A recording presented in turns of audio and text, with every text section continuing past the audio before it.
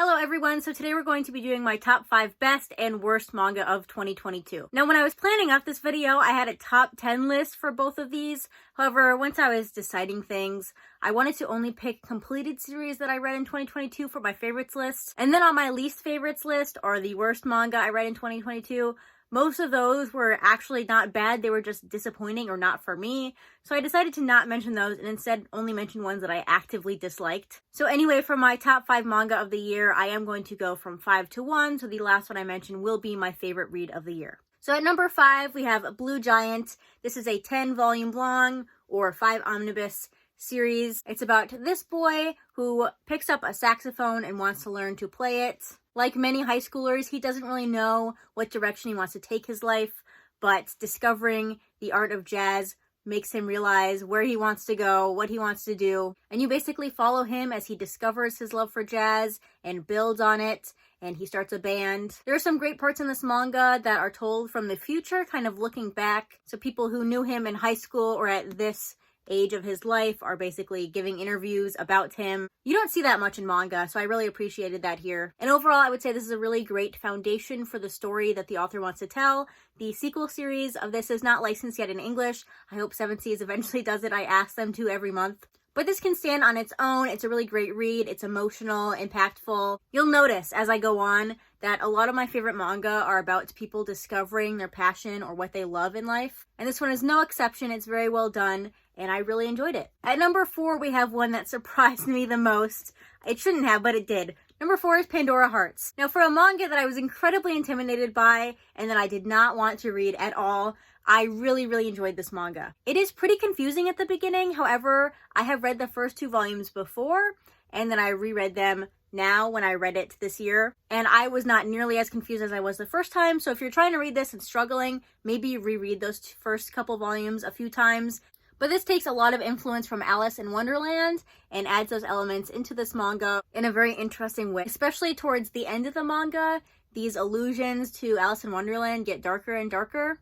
I also wasn't expecting just how many twists and turns are in this manga. Once you get about halfway through, volumes 13 or 14 maybe, the twists just keep happening over and over and over again. And I basically read the last half of it incredibly quickly in like 3 days. The characters in here are great. There's a kind of bittersweet tone going on throughout the entire thing, but the ending really wraps up everything very nicely. And yeah, definitely my biggest surprise of the year because, like I said, I did not want to read this, and I've been putting it off for years, but I finally did, and I'm really glad I did because it was very good. Number 3 of my top 5 manga of the year is Oku. This is a historical manga. It takes place in Edo period Japan, in kind of an alternate history where this red-faced pox is what it's called, has wiped out a large, vast majority of the male population, and it basically follows society as it adjusts to this big, giant change. Specifically, it follows some men who survived the red-faced pox, and they have become basically concubines for the shogun, who is now a woman.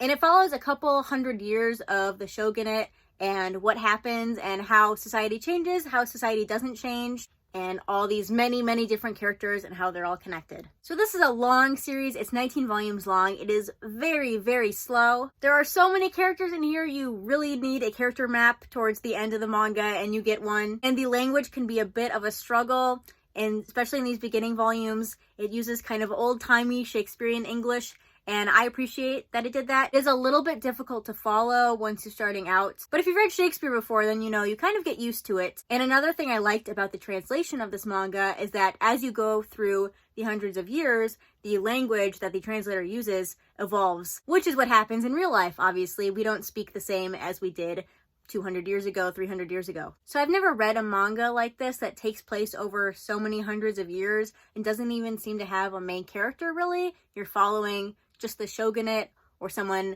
next to or close to the shogun as you go through the years. And yeah, it's just very interesting to see how Fumi Yoshinaga thinks that society would change if this big giant event happened, or how society wouldn't change, and what things people continue to struggle with even after this big change. So definitely an intimidating manga, but if you're up for it, I think it's a great read. My number 2 favorite read of the year is Ping Pong by Taiyo Matsumoto. This is another manga similar to Blue Giant, where you have characters who are exploring the thing that they love. In this case, it's sports and ping pong. And here you have a few characters who have been involved with ping pong for a while, but now their feelings on the sports might be changing and they're kind of working through that. And as with many Taiyo Matsumoto works, the art speaks for itself, which is very important in sports manga. I always know that I'm reading a great sports manga when I forget that I'm reading a sports manga and it feels like I'm just watching a match on TV or something like that. So there are great moments of no dialogue, you're just watching the action, and it's really well done. So yeah, I know there's also an anime for this. I've heard that's very highly acclaimed. I haven't watched the anime yet because I'm just so bad at watching anime, but this is my second favorite read of the year. Now, I'm gonna be honest, when I was trying to figure out my top 5 and which order I should put them in, it was very difficult. Number 1 I picked just because it literally made me cry, and only 2 manga that I've read in my entire life have made me cry. It is also an amazing manga, but the fact that it made me cry pushed it up to the top of my list. So now some people probably already know what I'm talking about, but this is Blank Canvas.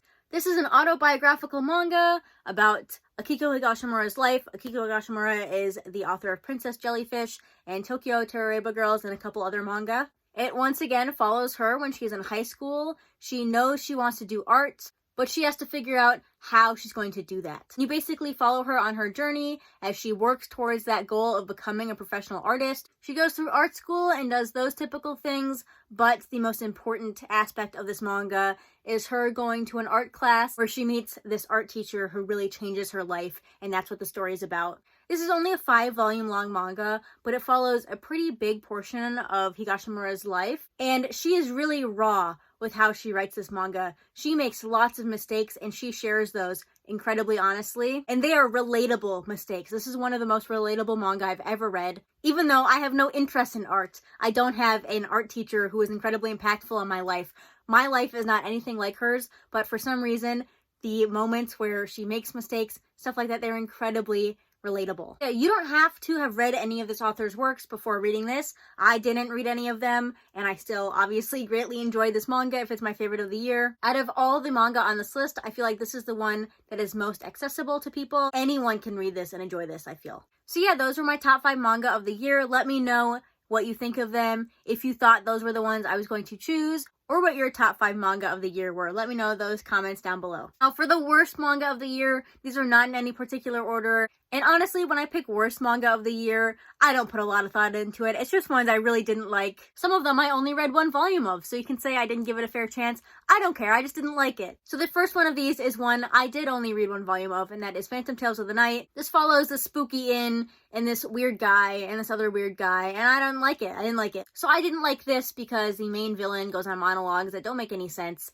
and enacts his moral judgment on people, and I just didn't like it. It wasn't enjoyable. I had 2 volumes. I didn't even read the second volume. I know that people really like this manga, but unfortunately, even though it should have been something I enjoyed, I just didn't. The next one I think is actually going to be on quite a few people's list. This is Colorless. This is like a cyberpunk manga where the entire world has lost color, and that has somehow turned people into mutants, except for this one girl, and it just didn't make any sense, and I didn't have any fun with it. It kind of felt like reading a Marvel comic, which is not inherently a bad thing. I just don't care to read Marvel comics, so I didn't like this. And that's really not an unpopular opinion. This manga is not very well loved. Next manga that I really didn't like this year is Pink. I'm not entirely sure why I didn't like this. I think I just wasn't sure of the direction it was going, or what the author was trying to do with it. Quite a few dark things happened, but it felt like the tone wasn't reflecting that. I don't know, I might have to reread this in the future. I did keep it because I liked the author's other works, so I might have to reread this one in the future, but I really did not like it when I read it this year. Next, it's technically 2 manga, but I'm combining it into one because I hated these manga.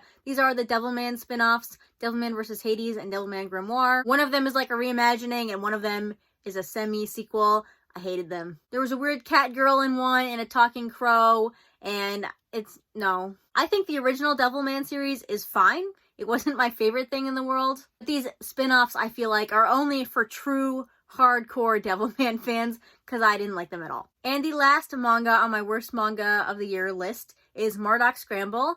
This is by the same author as A Silent Voice and To Your Eternity. I stopped reading this manga halfway through either volume 2 or volume 3. I couldn't even finish the volume. It follows this girl who has no memories, and she meets a talking mouse who can turn into anything, and there's people after her and this old guy who's rich. And I don't know, I kind of hated it. This is one I picked up, and I had no idea what it was about except for I knew the author's name, so I picked it up and read it, or in this case, tried to read it, and I hated it.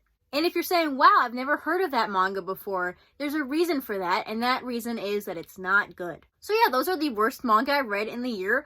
Honestly, usually every year I have manga I really, really hate, but this list was kind of difficult to come up with. So I would say that this year was pretty successful, not just in terms of number of volumes I read, but the things I read I was enjoying a lot. Anyway, let me know what you thought of my list this year, or what you would include on your top 5 best or worst manga that you read this year. Go ahead and leave those thoughts down below in the comments.